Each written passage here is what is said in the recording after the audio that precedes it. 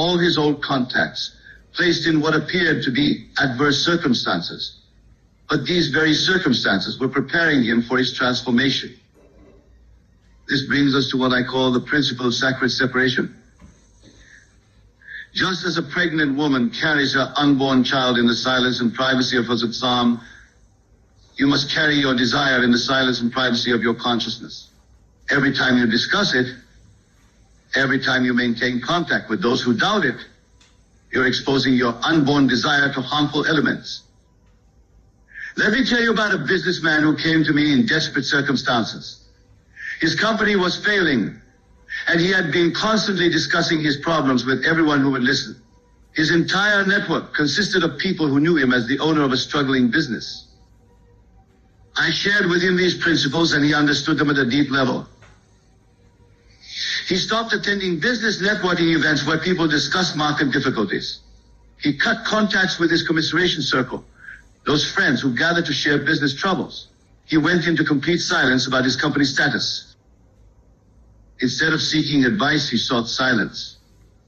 Instead of maintaining connections that reinforced failure, he insulated his consciousness in the assumption of success. To the outside world, he seemed to have become a recluse. But in the silence of his consciousness, a transformation was taking place. What happened next illustrates perfectly what I call the law of silent attraction. Within 3 months, his business began attracting opportunities that had been there all along, but were invisible to him while he was in the state of struggle and constant discussion. You see, when you're constantly talking about your problems, constantly maintaining contacts with those who reinforce your limitations, you're blind to the opportunities surrounding you. Let me share with you the deeper metaphysical reason why silence and cutting contacts are so crucial. In Scripture, we read, "In returning and rest shall ye be saved. In quietness and in confidence shall be your strength." This is not merely poetic language, it's a precise description of the law of consciousness. When you maintain silence and cut contacts with the old state, you're doing something profound. You're creating what I call a consciousness vacuum. Nature must fill this vacuum, but it can only fill it with whatever corresponds to your assumed state. Consider this principle. Every person in your life is a mirror reflecting back to you your state of consciousness. When you maintain contacts with those who knew you in your old state, you're constantly being reminded of who you were, not who you desire to be.